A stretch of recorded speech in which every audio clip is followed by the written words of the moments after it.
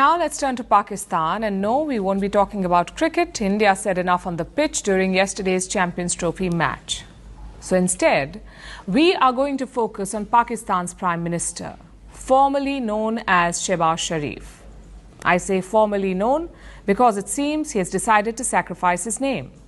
He gave it away in a foolhardy bet. Take a look at this.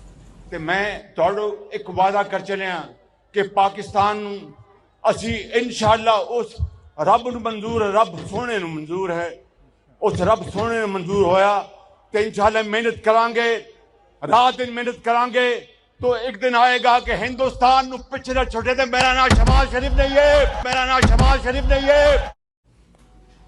Look at that. He got so excited that he bet away his name. Because let's face it, the Pakistani Prime Minister is 73 years old. He won't be around forever. So even if a miracle takes place, even if Pakistan suddenly becomes a global growth engine, unlikely, but let's imagine for a second, even if the unthinkable were to happen, the country will not surpass India economically, not in the Prime Minister's lifetime. So we might as well go ahead and come up with a new name for him. I'm sure a lot of netizens have already made some suggestions. Now, some of you might wonder why I'm so confident. Why am I writing Pakistan off already?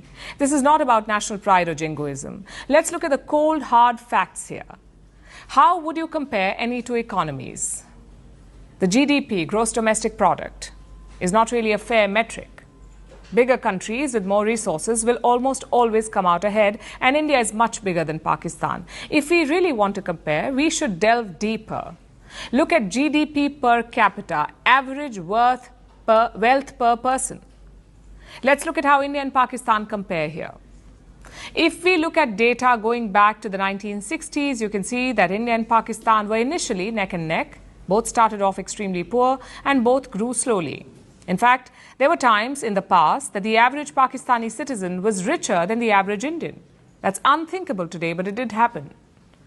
But the switch flipped in the 2000s, around 2005, right in the middle of Pervez Musharraf's autocratic reign. India was attracting global investments, the IT sector was booming, and the country was seeing almost double-digit growth. Pakistan's growth stalled, though. The Musharraf regime was focused on promoting terrorism instead of progress, and Pakistan fell behind, and the gulf has been widening since. Let's look at the present GDP per capita in India in 2024. India's was about $2,700 per person, which is nothing to be proud of. It is horrible when compared to developed nations. But it's about 70% more than Pakistan's, and that is a massive gulf. And it has been 20 years in the making. Pakistan would need a miracle to reverse this.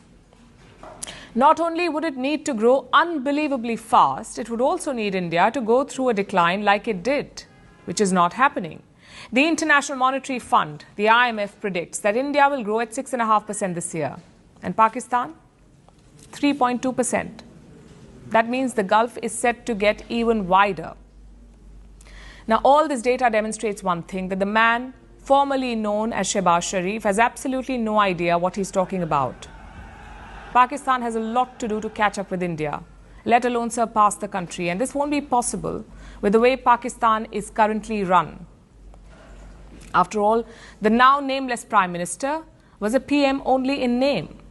Pakistan is still run by their military. It is not as overt as during Musharraf's time, but behind the scenes, it's still the same. Unless Pakistan changes this fundamental flaw, it will never improve. If you disagree, feel free to wager your name.